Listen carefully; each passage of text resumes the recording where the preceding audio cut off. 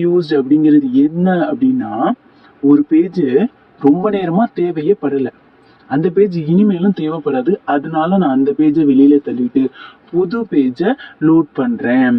அதுதான் இந்த least recently used page replacement algorithm. ஒரு பேஜ் ரொம்ப நேரமா யூஸே ஆகல, இல்ல அது வந்து ரொம்ப நேரமா அப்படியே இருக்கு அப்படின்னா அந்த பேஜை ரிமூவ் பண்ணிட்டு அதுக்கு பதிலா நான் புதுசா CPU டிமாண்ட் பண்ற பேஜை லோட் பண்ணணும். ஸோ ரெஃபரன்ஸ் ஸ்ட்ரிங் அப்படிங்கிறது இதுதான். நமக்கு 3 ஃப்ரேம்ஸ் இருக்கு. ஃபர்ஸ்ட் 5 அப்படிங்கிற பேஜை CPU டிமாண்ட் பண்ணுது. 5 லோட் பண்ணியாச்சு, ஏன்னா ஃப்ரேம் எனக்கு ஃப்ரீயா இருக்கு.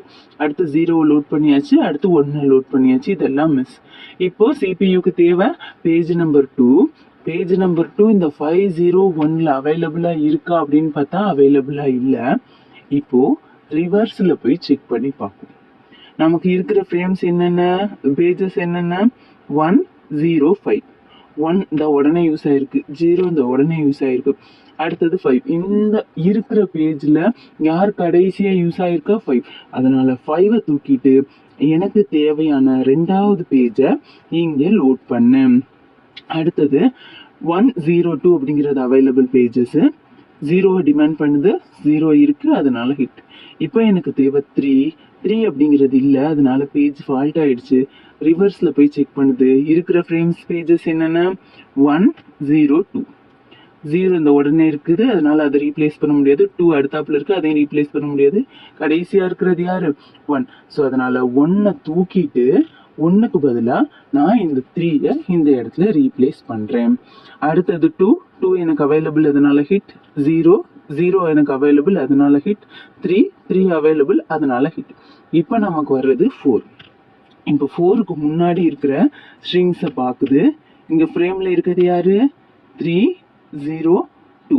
3 இருக்கு, 0 இருக்கு, 2 தான் கடைசியா இருக்கு. அதனால 2வை ரிமூவ் பண்ணிட்டு 2க்கு பதிலாக 4 நான் ரீப்ளேஸ் பண்ணுவேன். ஸோ அந்த ஆர்டர்ல எல்லா பேஜஸும் ரீப்ளேஸ் ஆகும். நம்பர் ஆஃப் பேஜ் ஃபால்ட் அப்படிங்கிறது பார்த்தா 14. நம்பர் ஆஃப் பேஜ் ஹிட் அப்படின்னு பார்த்தா 7. மொத்தம் இருக்கிறது 21 ஸ்ட்ரிங்கு.